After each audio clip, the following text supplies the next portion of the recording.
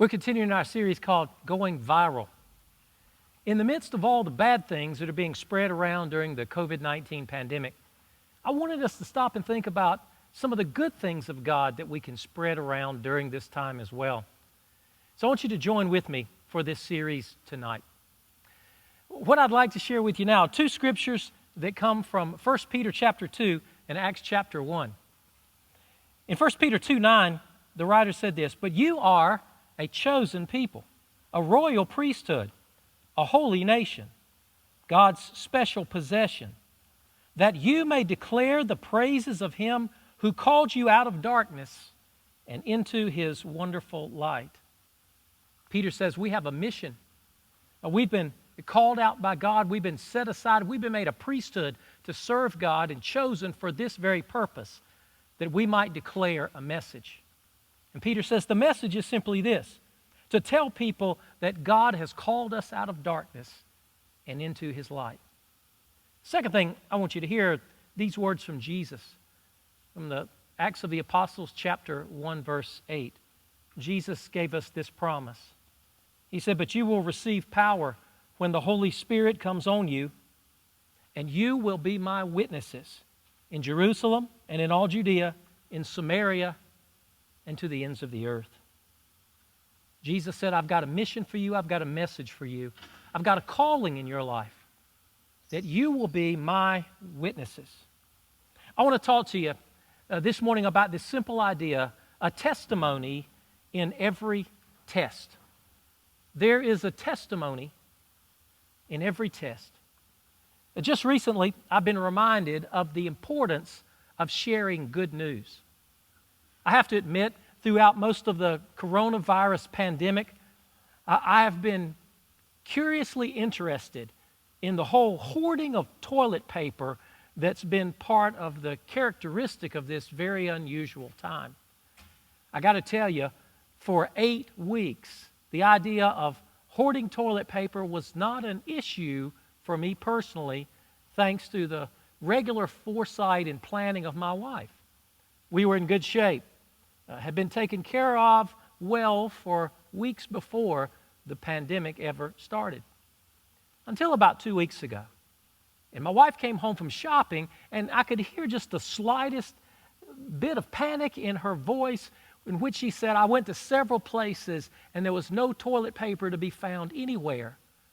And if we don't do something next week at this time, well, we're going to have a problem." So it was at this point that I thought, I guess I need to get in the game. And so I started asking around, does anybody know of anybody that knows of anybody that knows where there's toilet paper? And I had one person say, I've got a friend who has a friend that might be able to get you some. Somebody else said, I've heard that over there at that store, there's a supply. Well, one person who was here in the church building was part of this discussion, and they went off and went their way and stopped by a store and found some, and called back to the church and said, over here, not far from the church, there is a store that's got some. They got all kinds, even the good kind. And they said, I'm telling you this so you can tell anybody that calls where they can find toilet paper. And I remembered thinking then, isn't it something how easily we will share the good news of the abundance of toilet paper? And how difficult it is for us to share the abundance of the good news of what we have in Jesus Christ. So that got me thinking that in the midst of every test, there's always a testimony. In the midst of every struggle, there's always a way for us to share and pass on the good news of Jesus Christ. He's always there with us, even in the most difficult challenges that we face. One thing I've learned in life, and one thing I've been reminded of in these last 2.5 months, is that there is a message in every mess, that there is a triumph in every trial, and yes, there's even a testimony in every test. I want you to think with me of what it means for us to find a testimony, a word of witness, a good news message that we can share with other people, even in the midst of challenging times. When I was in college, one of my professors, Dr. James Hull, quoted D.T. Niles one day in class, and I've never forgotten this. He said, D.T. Niles said, Christianity is one beggar telling another beggar where he found bread. It's kind of the essence of going viral. Christianity is spread from one beggar that tells another beggar where to find the bread of life, Jesus Christ. I wonder if in 2020 we couldn't say it's one beggar telling another beggar where to find toilet paper. But the idea is Christianity was meant to be virally spread. From one person that experiences good news to share with another person who needs the good news of Jesus Christ in their lives. I have just a simple main line for you today, and I just want you to think about this with me. But we find ourselves in what they're calling a global pandemic. It means that people in Randolph County are going through the challenges of life that are being experienced in 185 other countries of the world, all around the globe. All of us, regardless of what part of the country we're from, regardless of status or money or employment, we're all going through a time of a test. And it's possible that Jesus Christ is so at work in us in the midst of this test that He's giving us a testimony that there's someone that we know already that needs to know what Jesus Christ is doing in us. A simple main line, and it's this.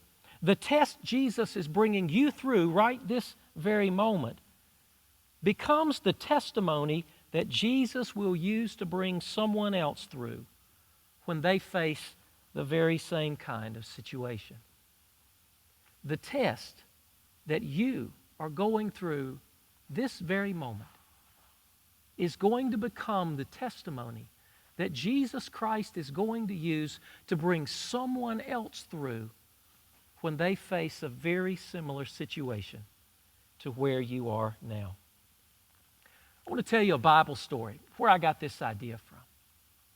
In the Gospel of Mark, the 5th chapter, the Bible tells us about an incident in the life of Jesus. He and his disciples are going through their ministry, and they cross the Sea of Galilee. They get out, and they're in a place called the Gerasenes.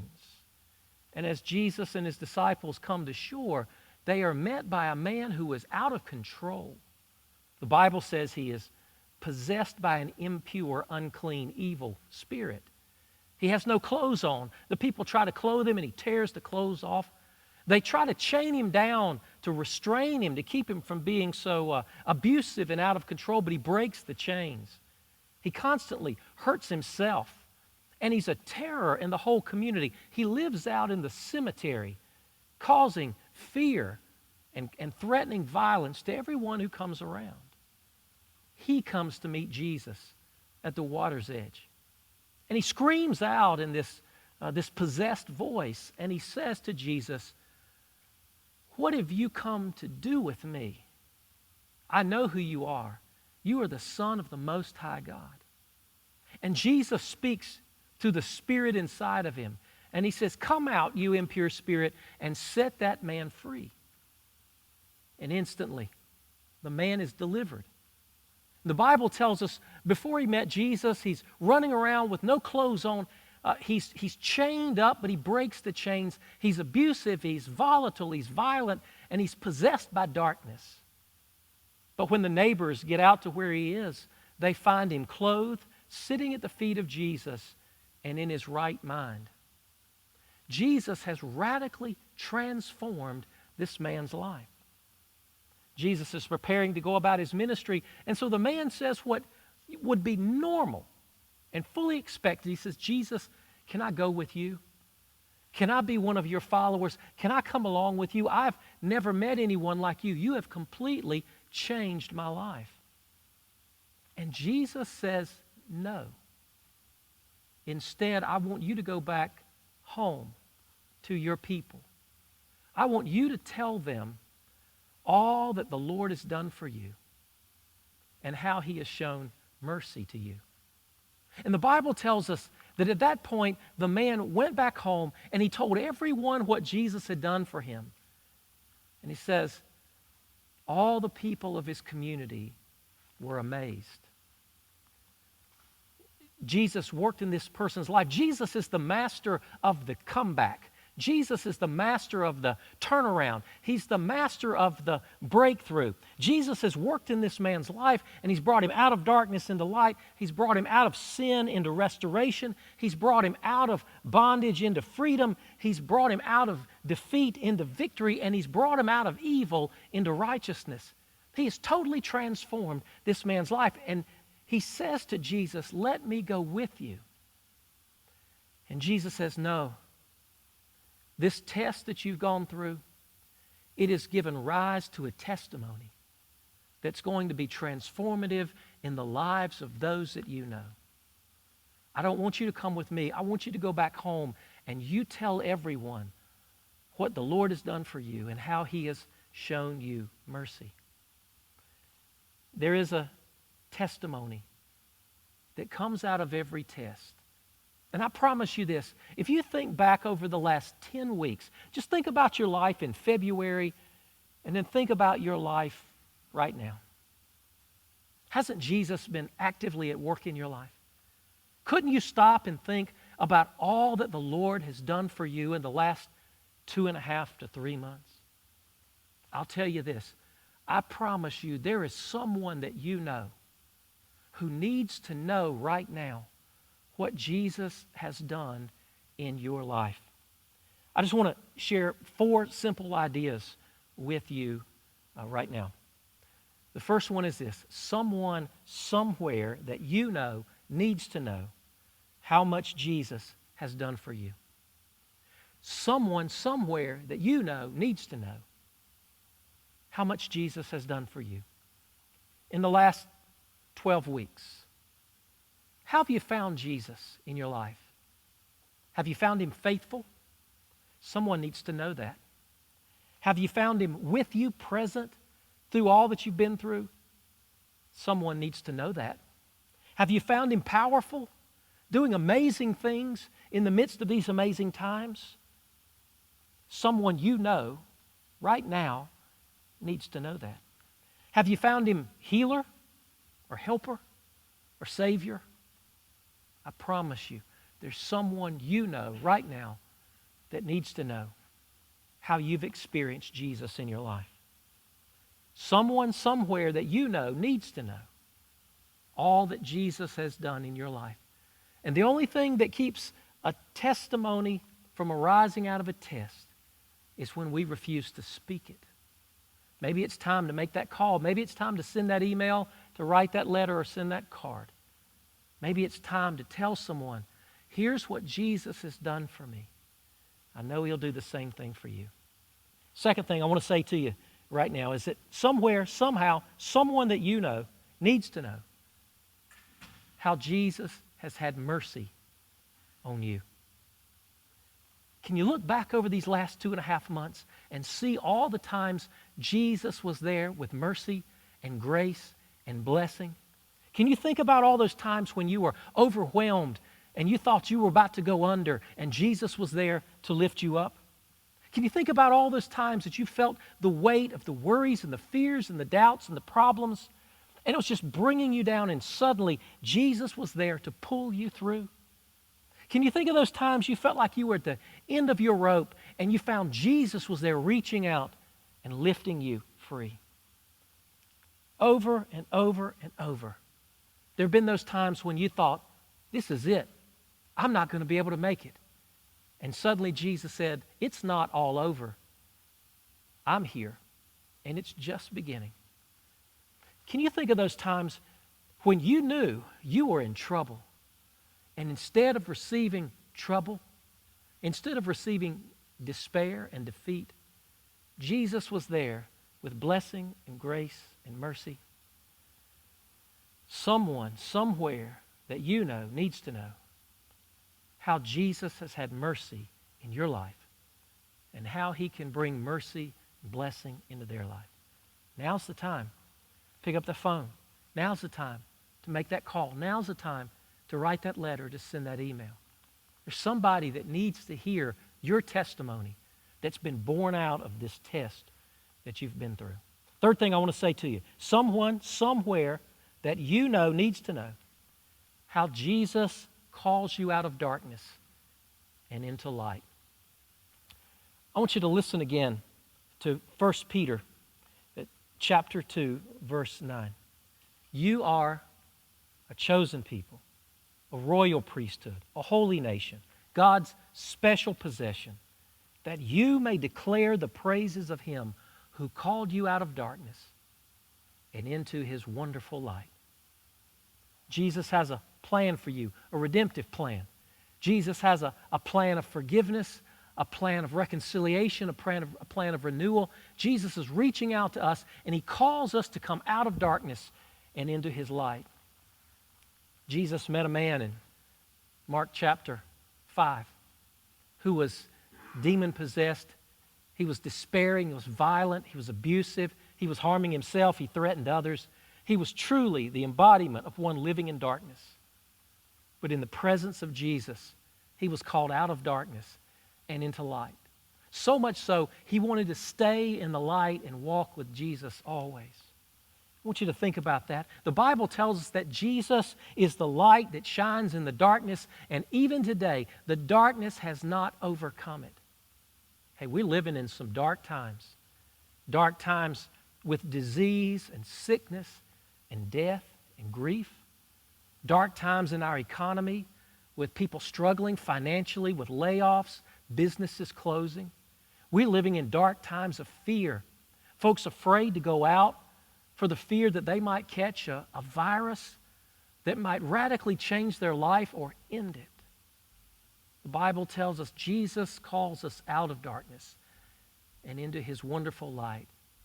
Nothing will overcome His light. There's someone you know right now, somewhere, who's in a place of darkness, and they're despairing, and they're not certain there will ever be light again. But you know there is, because Jesus has brought you out of darkness, and you can see the light again. Someone, somewhere that you know needs to hear the testimony that's come from your test. Now's the time. Send them that call, that text, that email. Now's the time to write that card, send that note. Now's that time to reach out. You don't want them to get to that point where they believe there's no light, that it's all darkness, and they're going to give up. Now's the time for you to reach out to someone somewhere and let them know that Jesus is bringing people out of darkness and into light. Here's the fourth thing that I want to say to you. That's simply this. Someone somewhere that you know needs to know how Jesus gives you hope in hard times. You know, here's what Peter said in 1 Peter 3, verse 15. But in your hearts, revere Christ as Lord. Always be prepared to give an answer to everyone who asks you to give the reason for the hope that you have. But do this with gentleness and respect. Peter, who understood what it was like to live without hope, to feel he was hopeless, said we need to always be prepared to give people a reason for the hope that we have in Jesus Christ. These are hard times. These are the kinds of times that can just knock the hope right out of you. You've seen people sick. You've heard the statistics of people dying. You've seen people lose jobs. You've experienced a financial downturn. And you're wondering, will there ever be hope again? Will there ever be light at the end of the tunnel? Jesus is speaking to us, and He's telling us our hope is in Him. He is the one who has always been redeeming out of darkness into light. He is the one who has always been giving us hope even in the most hopeless of situations. Someone somewhere that you know needs to know that Jesus gives you hope in these hard times. Now I'm going to go first because I want you to think about it with me. These last 10 weeks, 3 months, how have you seen Jesus at work in your life? Where have you experienced Him giving you a testimony of victory and hope and light in the midst of the tests that you face? I'll go first. If I'm going to ask you to do this, the least I can do is go first. So over the last 12 weeks, one of the things that I've experienced is that the COVID-19 pandemic has taught me that Jesus is a redeemer at all times and in every situation. That Jesus is constantly working to redeem, to deliver out of darkness into light. Jesus is constantly working to redeem out of brokenness into restoration. He's constantly working to redeem us out of fear and into faith. He's constantly working to redeem us out of lack and into blessing. He's constantly working to redeem us out of bondage into release and freedom. I've experienced Jesus personally, and I've seen Jesus personally working to redeem some bad situations for good. I've experienced the hand and the grace and the hope of Jesus Christ turning situations around. He is the ultimate comeback kid. He is the ultimate one who brings a great reversal. He is the ultimate one who brings turnaround into tough situations. Second thing, my testimony is this. In every situation that I've seen and I've experienced, Jesus has been present and working to redeem all things for the glory of God and for the good of God's people. Jesus has been constantly, consistently, faithfully present in all that I've experienced, in all that I've seen.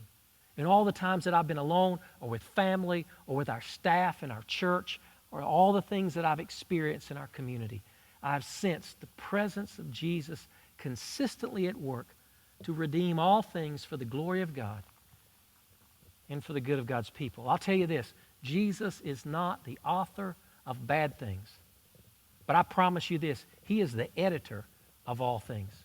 Jesus is the one who comes in the midst of a bad story and changes the storyline until it has a good ending. I promise you, you look around and you will see the hand of Jesus. You'll hear the voice of Jesus at work in the midst of your circumstances and situations. I promise you, He is at work to redeem you, to deliver you out of darkness into light, to deliver you out of fear and into faith. Jesus is present with you now. He's been present with me through all this. He's assured me He will be with us always. He's going to redeem this situation for the glory of God and for the good of God's people. Now let me tell you one last story. It comes from the Andy Griffith Show, all the way back to my childhood. It's the episode entitled The Big House. Sheriff Taylor and Deputy Fife are trying to track down 4 criminals at large. And they get 2 and they put them there in the jailhouse. Sheriff Taylor goes out to pursue the other 2 criminals at large and puts Barney Fife in charge. And he says, you're going to need someone to help look after the criminals we have here and to keep an eye on the town while I'm gone. And unbeknownst to Sheriff Taylor, Barney Fife deputizes Gomer Pyle. And so Sheriff Taylor is gone and Barney and Gomer are in charge. And lo and behold, they see the 2 escaped criminals at large and they're preparing to rob the bank. And Barney and Gomer are afraid. And they begin to hide behind the car and they're trying to figure out what to do. They're panicking. And suddenly Gomer says, Shazam! We need to call the police. And Barney looks at him disgusted and said, we are the police. You know, in the times of all this darkness and fear and doubt, the times of all of this challenge and struggle, somebody somewhere needs to send a witness to those who are struggling, who are hurting, who are feeling hopeless. Somebody needs to send a witness. Somebody needs to send someone who can tell someone there is hope in Jesus Christ.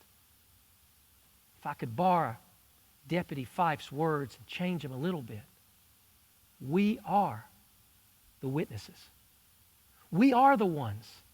You've got a testimony right now that someone somewhere that you know needs to hear. The only thing that's going to keep your test from becoming a testimony is if you refuse to tell them. I just want you to think about this with me. We are the witnesses. There is a testimony in every test. There is a message in every mess. There is a triumph in every trial. Now's the time for us to go viral. Now's the time for us to share with those that we know how much Jesus has done for us. This is the time for us to tell people how much mercy Jesus has had for us, how Jesus has blessed us in these times that sorely need his blessing. Now's the time for us to tell people there is hope in hard times. Now is the time for us to tell people Jesus is calling us out of darkness and into his light. The only thing stopping us from making this test our testimony is our unwillingness to share the word. Will you join me? There's somebody right now that needs a phone call from you. There's somebody right now that you know, God's laid that person on your heart that needs a letter from you, a card from you, to be reminded that they're not alone, that Jesus is with them, and he's going to deliver them through this, just like he's delivered you. Will you join me? This is the time for us to declare our testimony that's been born out of this test. Amen.